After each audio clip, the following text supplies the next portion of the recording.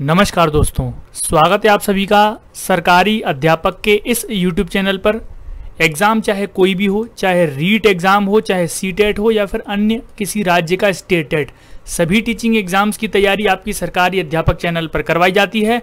आपको चैनल को सब्सक्राइब करके बेल आइकन को ऑल पर सेट कर लेना है। चलिए, रीट के लिए स्पेशल वीडियो में लेकर आया हूँ पर्यावरण शिक्षण की विधियों से संबंधित। ईवीएस पेडागोजी में सबसे महत्वपूर्ण टॉपिक है ये आपके रीट एग्जाम के लिए।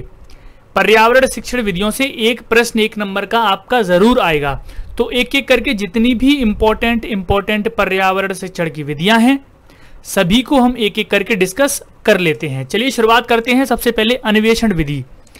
अच्छा, यहाँ से ये जो विधियां हैं आपको बाल विकास में भी देखने को मिल सकती हैं, यहाँ से प्रश्न ईवीएस में भी देखने को मिल सकती है, आपको हिंदी पेडागोजी में भी, तो सब जगह काम आती हैं ये। ठीक है, चलिए पहली है अन्वेषण विधि।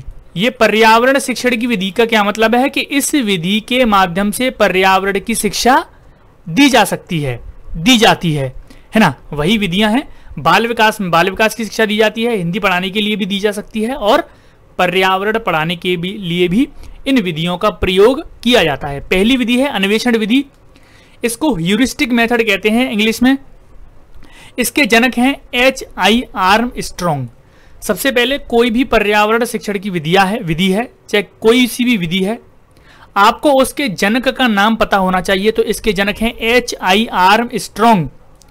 अच्छा, ये जो अन्वेषण विधि है निकली कहां से? तो एक ग्रीक भाषा का शब्द था ह्यूरिस्को, जिसका हिंदी में अर्थ है मैं खोजता हूं, है ना। तो अन्वेषण विधि जो ह्यूरिस्टिक मेथड है वो कहां से निकला? ह्यूरिस्को से, ग्रीक भाषा के ह्यूरिस्को से, जिसका अर्थ था मैं खोजता हूं, है ना। इस विधि में अध्यापक पथ प्रदर्शक का काम करता है। ये बहुत इंपॉर्टेंट लाइन है, यहां से प्रश्न पूछा जा सकता है कि अन्वेषण विधि में अध्यापक का क्या रोल है। अब 4 ऑप्शन दे देगा, उसमें से एक होगा पथ प्रदर्शक, मार्गदर्शक, सहायता करता, इस तरह से। तो आपको लगाना है पथ प्रदर्शक। इस तरह से आपके प्रश्न बनते हैं। मुख्य उद्देश्य छात्रों में अन्वेषण प्रवृत्ति का विकास करना। इस विधि का जो मुख्य उद्देश्य है वो क्या होता है? अन्वेषण प्रवृत्ति का विकास करना, यानी कि अन्वेषण का मतलब खोज, यानी कि छात्रों में ऐसी टेंडेंसी, ऐसी प्रवृत्ति लाई जाए जिसमें वो हर चीज को खोजने के लिए उत्साहित हों। तो खोजने वाली जो आदत है उसका विकास करने के लिए अन्वेषण विधि का प्रयोग किया जाता है। ठीक है, आपको यह समझ में आ गई। अन्वेषण विधि खोज से संबंधित है। H.I. आर्मस्ट्रॉन्ग इसके जनक हैं, ग्रीक भाषा की ह्यूरिस्को से ये लिया गया है और अध्यापक इसमें पथ प्रदर्शक का कार्य करता है। चलिए, पहली विधि होगी हमारी। दूसरी विधि है प्रयोजना विधि। इसको बोलते हैं प्रोजेक्ट मेथड। अब प्रोजेक्ट मेथड में क्या क्या इंपॉर्टेंट है वो चीज भी देख लीजिए। प्रोजेक्ट विधि के जनक हैं किलपैट्रिक। ये सारी चीजें आपने पहले पढ़ रखी होंगी, जिसने पढ़ रखी हैं वो रिवीजन के तौर पर ले ले। मैं जल्दी जल्दी इनको कवर करवा देता हूं। एक एक नंबर के जितने भी टॉपिक हैं सारे रीट एग्जाम के लिए मैं अब कवर करवाने वाला हूं। ठीक है, जहां से ज्यादा संभावना है प्रश्न आने की उन सारे टॉपिक्स को हम कवर करेंगे। चलिए, दूसरी है प्रयोजना विधि, जिसको प्रोजेक्ट मेथड कहते हैं। इसके जनक हैं किलपैट्रिक, जो कि जॉन ड्यूवी के शिष्य थे। ठीक है, प्रोजेक्ट विधि के सोपान भी पूछा जाता है आजकल कि प्रोजेक्ट विधि के कितने सोपान हैं। तो सबसे पहले तो सोपान यानी कि स्टेप्स, 6 स्टेप्स हैं। प्रयोजना विधि 6 स्टेप्स में, 6 सोपानों में पूर्ण की जाती है। जैसे मान लीजिए प्रोजेक्ट विधि यानी कि कोई भी आपने बच्चों को प्रोजेक्ट दिया। मान लीजिए आपने बच्चों को प्रोजेक्ट दिया, पौधों से संबंधित कि बच्चों को क्या करना है? पौधे लगाने हैं, प्रत्येक बच्चे को एक पौधा लगाना है। ठीक है, तो ये आपका पूरा प्रोजेक्ट है। इस पर क्या करेंगे? ये कुछ स्टेप्स में फॉलो की जाती है। अब बच्चों को पौधे के लिए लगाने के लिए क्या क्या करना पड़ता है? सबसे पहले परिस्थिति उत्पन्न करी जाती है। बच्चों को पौधों के बारे में बताया जाता है, उनमें इंटरेस्ट जगाया जाता है कि वो माहौल, वो परिस्थिति उत्पन्न हो जाए। योजना का चयन किया जाता है कि किस तरह से इस योजना को हम करेंगे। उसके उद्देश्य का स्पष्टीकरण किया जाता है कि हमारा उद्देश्य क्या है इसको करने के लिए। तो बच्चों को बता दिया जाएगा कि हम ऑक्सीजन लेते हैं तो ऑक्सीजन के लिए अच्छा है ये। ठीक है, प्रोजेक्ट का नियोजन किया जाता है, फिर प्लानिंग की जाती है। जैसे मान लीजिए टीचर ने बोल दिया कि 2 बच्चे मिलकर एक पौधा लगाएंगे, ये इसका प्रयोजन हो गया।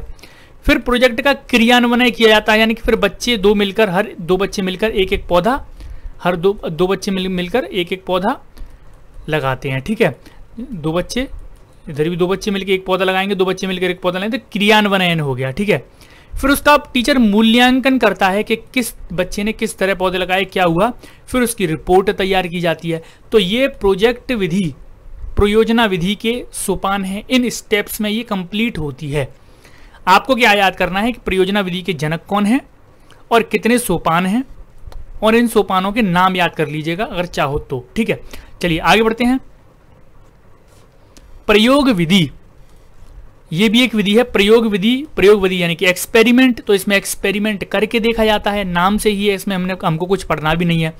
एक चीज आप और याद रखेंगे कि कोई भी विधि है, सारी की सारी विधि बाल केंद्रित विधि है ना। कोई एक विधि का नाम दे देगा कि ये प्रयोजना विधि है, बाल केंद्रित, शिक्षक केंद्रित, छात्र इस तरह से, है ना, पाठ्यक्रम केंद्रित, तो सारी विधियां कैसी हैं, बाल केंद्रित हैं।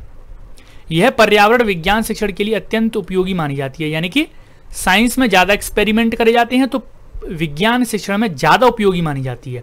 वैसे सारे सब्जेक्ट में काम आती है। इसमें छात्र प्रदर्शन एवं प्रयोग दोनों चीजें करता है, यानी कि प्रदर्शन भी खुद करेगा और जो एक्सपेरिमेंट प्रयोग है वो भी खुद करेगा। ठीक है, तो ज्यादा इंपॉर्टेंट नहीं है ये। आगे बढ़ते हैं। सर्वेक्षण विधि, सर्वे मेथड, जो सर्वे किया जाता है ना। सर्वे का मतलब क्या होता है, जैसे मान लीजिए किसी चीज का जब सर्वे किया जाता है तो उसमें क्या किया जाता है, उसमें नॉलेज इकट्ठी करी जाती है, यानी कि जानकारी इकट्ठी करी जाती है। कोई भी देखा होगा, आपने सुना होगा कि सर्वे हो रहा है, सर्वे हो रहा है, तो जब कोई भी प्रोजेक्ट आता है तो उसका जब भी सर्वे होता है उसका क्या मतलब है कि जानकारी इकट्ठी की जाती है। ऐसे ही सर्वेक्षण विधि है, इसमें छात्र किसी निश्चित भूभाग हो सकता है, वो स्थल हो सकता है, प्राकृतिक परिवेश हो सकता है, उसकी जानकारी प्राप्त करते हैं। क्या करते हैं, जानकारी प्राप्त। समस्या समाधान विधि, समस्या समाधान यानी कि प्रॉब्लम सॉल्विंग मेथड। समस्या समाधान विधि में एक ही समस्या का वैज्ञानिक हल, आलोचनात्मक चिंतन, मानसिक क्रियाओं द्वारा प्रस्तुत किया जाता है। ये वर्ड आप याद कर लीजिए, वैज्ञानिक हल निकाला जाता है, और चिंतन कौन सा होता है, आलोचनात्मक, याद रखिएगा। समस्या समाधान विधि में हल कैसा होगा, वैज्ञानिक, चिंतन कैसा हुआ, आलोचनात्मक, और मानसिक क्रियाओं के द्वारा ही प्रस्तुत किया जाता है। इसमें केवल मेंटल प्रोसेस काम करती है, इसमें केवल मेंटल प्रोसेस होती है। तो ये भी लाइन इंपॉर्टेंट है आपके लिए समस्या समाधान विधि में। अब मैं आपसे एक प्रश्न पूछता हूं जिसका जवाब सब लोग नीचे कमेंट सेक्शन में देंगे, है ना। चलिए, और उसका आंसर मैं आपको बताऊंगा नेक्स्ट वीडियो में। ठीक है, एक प्रश्न है रीट लेवल का है, इसी लेवल के आपके रीट में प्रश्न आएंगे, और प्रश्न ये है कि पर्यावरण शिक्षा में समस्या समाधान विधि का कौन सा गुण है। पर्यावरण शिक्षा में जो मैंने समस्या समाधान विधि बताई है उसमें से कौन सा गुण है, चयनात्मकता का उसमें गुण है, व्याख्यान विधि में इसका गुण है, लक्ष्य केंद्रित विधि ये समस्या समाधान विधि का गुण है, या फिर ये सभी। तो नीचे कमेंट सेक्शन में आंसर करेंगे आप लोग, जिसके समझ में आ जाए वो आंसर करिएगा, और सबको देखिएगा। सबसे पहले जो आंसर करे पहले कमेंट सेक्शन में देख लीजिएगा किसने आंसर किया है, क्या आंसर किया है, थोड़ा सा चिंतन करिएगा, उसके बाद इसका आंसर करिएगा। तो दोस्तों, रीट से संबंधित 1 नंबर मैंने आपका पक्का करवा दिया है। मिलता हूं आपसे नेक्स्ट वीडियो में, अभी के लिए इतना ही, धन्यवाद।